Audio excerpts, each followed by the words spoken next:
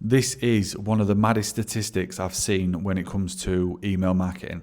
So let me set the picture. You spend ages, AI in subject lines, loads of different hooks. You A/B test every emoji, every buzzword, and have 2 different versions of the copy. So all good, looking good. The only thing you don't end up fucking around with is the sender name, which could be a huge waste of potential given that it's one of the most visible bits of the information in the inbox. So this research in 2023, research by Default Al ran a massive field study with a digital marketing agency to see if the authority principle actually works in an inbox. They sent around 2,300, 2,400 emails to brand new leads. Now, this is very important. I'll come back to this later. Anyway, all they did was just add the letters CEO after the sender's name.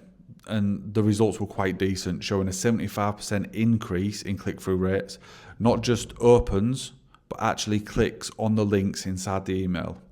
Open rates themselves also climbed by nearly 10%, which is also very decent. They said that this happens because our brains are wired to recognise authority signals, basically. We use titles as a bit of a mental shortcut to decide what's worth our time and what's bollocks. If a message comes from a CEO, our subconscious assumes it has more value than a message from a sales rep or a generic business name only. Now, this is the important bit. They also tested this on around 57,000 existing customers, so quite a big amount. For them, it did absolutely nothing. Once a relationship exists, the authority effect does not lead to significant open rates, click-through rates, and so on and so forth.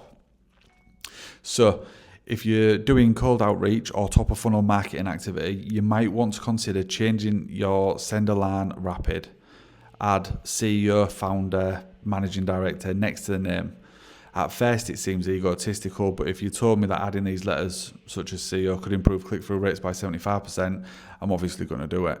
Also, you've got to remember that this is just one of those 1%ers that gives you a chance to remain competitive, if you will, in the attention economy.